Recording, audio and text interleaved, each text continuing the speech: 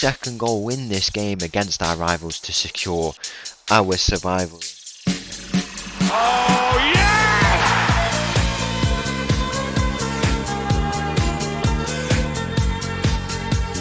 Hello and welcome back to another episode as part of the Corners of Europe Challenge, and welcome to our third club here in Norway. We have moved up north, the northernmost club to have played in European football.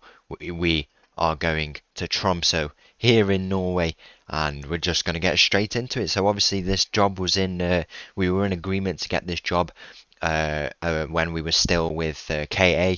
The last game we were pretty much kicked out and we left the club. KA have finished second in their league if I'm not mistaken, which is a great achievement. That was done basically whilst we were there. Obviously at last game we weren't there, but ultimately they were able to get over the line, and of course HK lost all their games and the gap was only 1 point. But what can you do, really?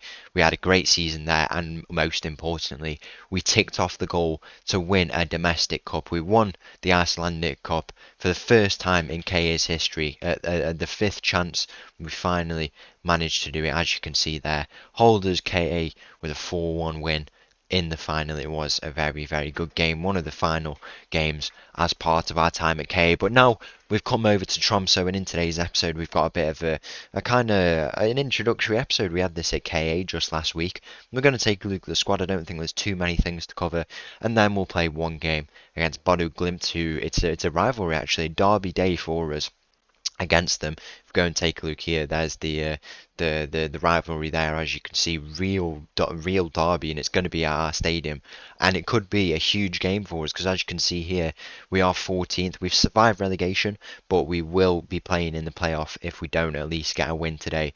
Sarpsborg, the other team who are in contention for surviving, are playing Molde, who are going to win the league. They're playing at home, but if they lose that game or even draw that game and we get a win, we would, and even if we even got a draw even, we would be on for surviving without having to play the playoff. I think we would win the playoff, but it's just that extra kind of the fact that we don't have to play it would be nice, and that would conclude this season, kind of our third full season, I guess you could say now, here in the Corners of Europe Challenge. And then, is it the third season? It's the second season, something like that. I'd say it's the second season because obviously we started a season August to January with Santa Clara, moved to KA, did the full season there from like 2025 onwards, and then we've joined. In less than a year's time, we have gone and joined Tromso here, as you can see, in the north of Europe. So we're going to be playing here next few weeks probably. The goal for our time here in Norway is to win the UEFA Conference League. If we go and take a look how they've done in competitions before, never really had much European success.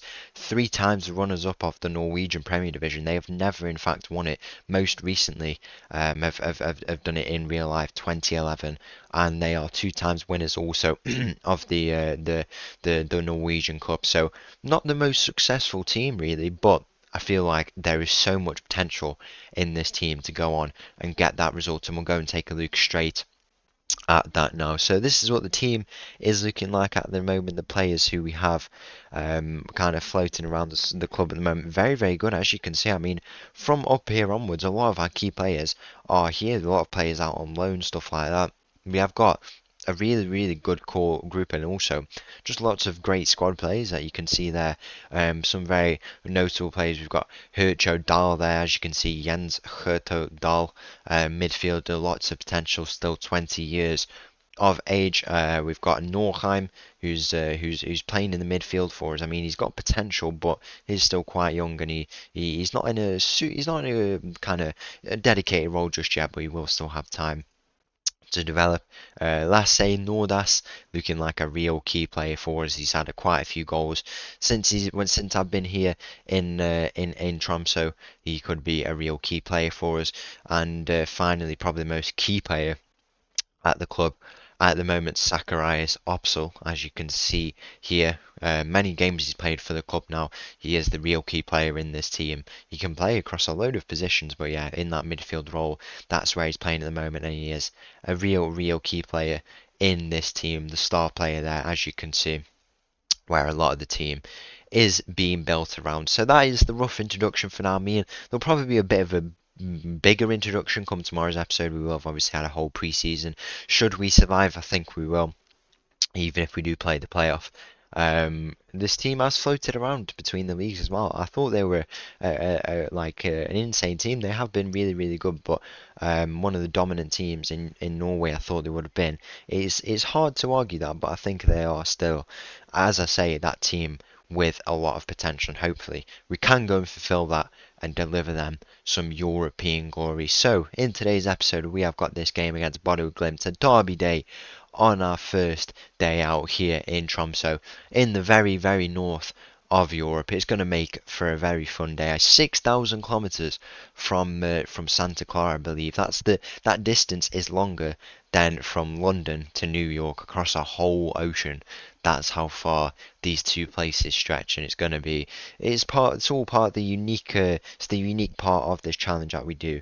And yeah, hopefully we can go and have a good time here. A bit of a longer process, definitely. I would not expect the results that we've had from our first two clubs at all. It's been very surprising that we've done that well. This here in Tromso at the Tromso Arena is going to be a little bit longer, but it should make for a really good time. Let's go and play this first game of our time here in Tromso against Bodo Glimt.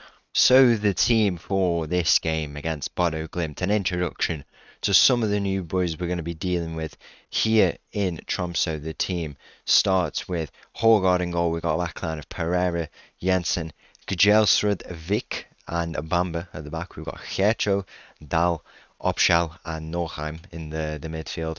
We've got Lowell on the left, Stogvist on the right and Arriagada up top today. Kick off here in this game, derby day for us here at the Tromso Arena, Bodo Glimt. I think the reason we are rivals is because Tromso obviously very far up in Norway here. All the teams down in kind of Oslo and in that region in the very south of Norway, they have to kind of travel up, and then the closest team to us is in fact Bodo Glimt. If you've just seen the document or the introductory episode to this series, you will have seen that the team who was kind of closest and we could have gone to if the option came up would have been Bodo Glimt, and ultimately we've got the Tromso job. 3 jobs in a row now, which we've all been able to get. It's been really good for us. Opschal here is on the end of that ball, but he doesn't manage to convert on that occasion. But yeah, as I say, we've been very fortunate to pick up the jobs that we want, and we should seize that opportunity. I think here at Tromso we have a quite nice job, you know. Conference League, there's some kind of, I don't know how to explain, some European underdogs. A lot of underdog stories can come out, and I feel like here in Tromso we can definitely build a team. We've got a lot, really, some good wonder kids coming through. From the youth academy. I mean, I was thinking, we're going to be here for a long time. We're going to have to utilise them. I'm still in the KA mindset, to be honest, that we're at KA. I come on today and I realise, we're not going to be playing with Motter up top, but maybe we'll bring him back. You never know. There is players we're going to have to bring over.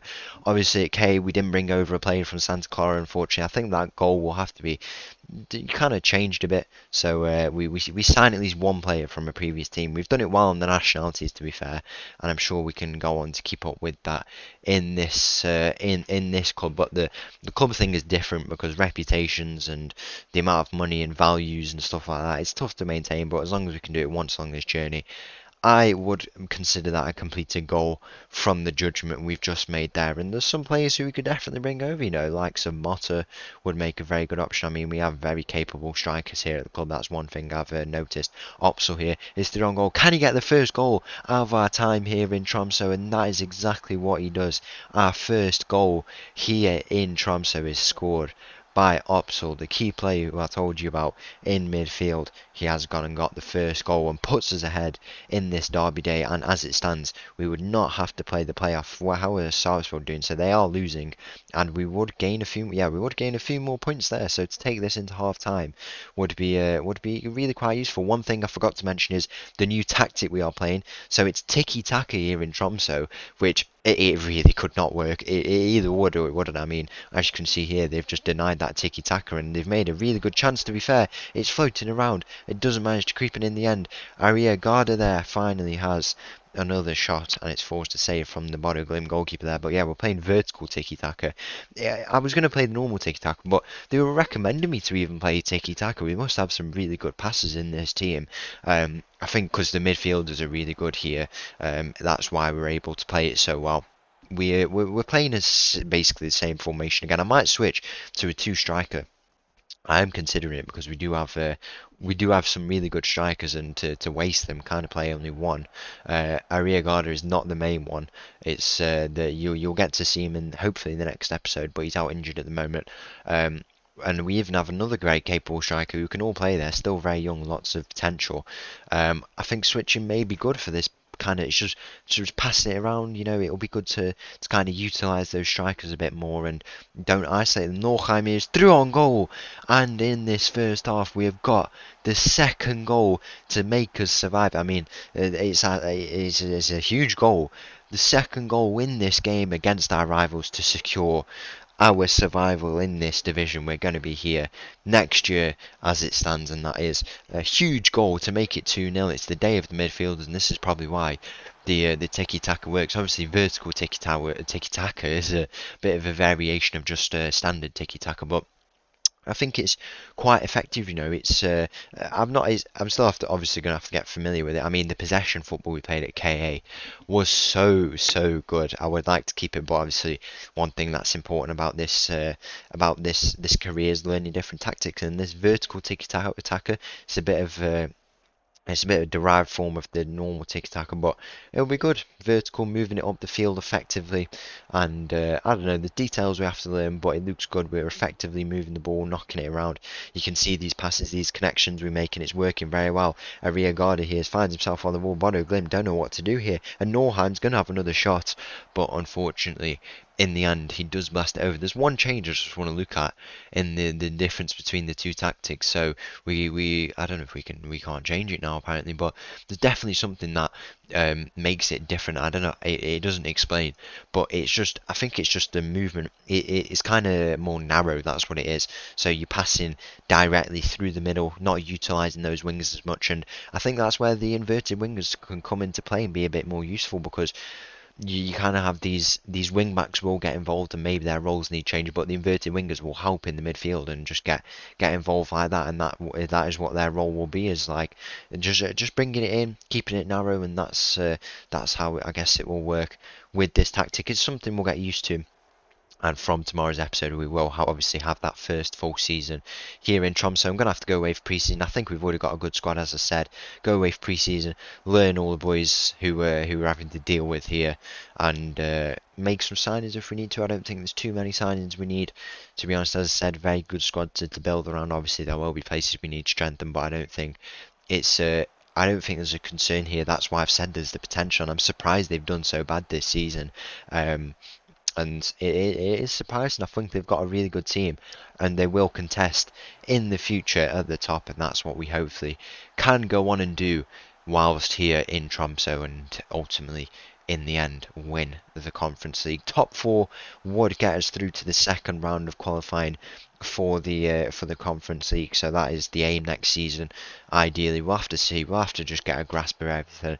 It's been chaos since I've joined, absolute chaos. I'd like to just see the end of this season, a season where we will secure our survival unless Bodo Glimt can pull back 2 goals in this derby day at the Tromso Arena. 6,000 capacity stadium. It's a nice stadium here in the north. I've seen some pictures of it. It's got a nice scene. It's a very nice stadium. I'm a big fan of it here in the north of Norway. We've produced a load of chances, which has been good for the type of football we're playing. It's different to the possession play. You can get kind of lost in the passing, and you're just trying to force out that chance, craft out that chance, and you can just get lost in all of that. And we don't want that. We want to just play good football, create those chances, and that's exactly what we've done. And we could have time to find one more goal in this game. It's straight into the hands of the Bodo Glimt goalkeeper there from Lawal there on the left side. But overall in this game, a very impressive performance. I'm very happy against a good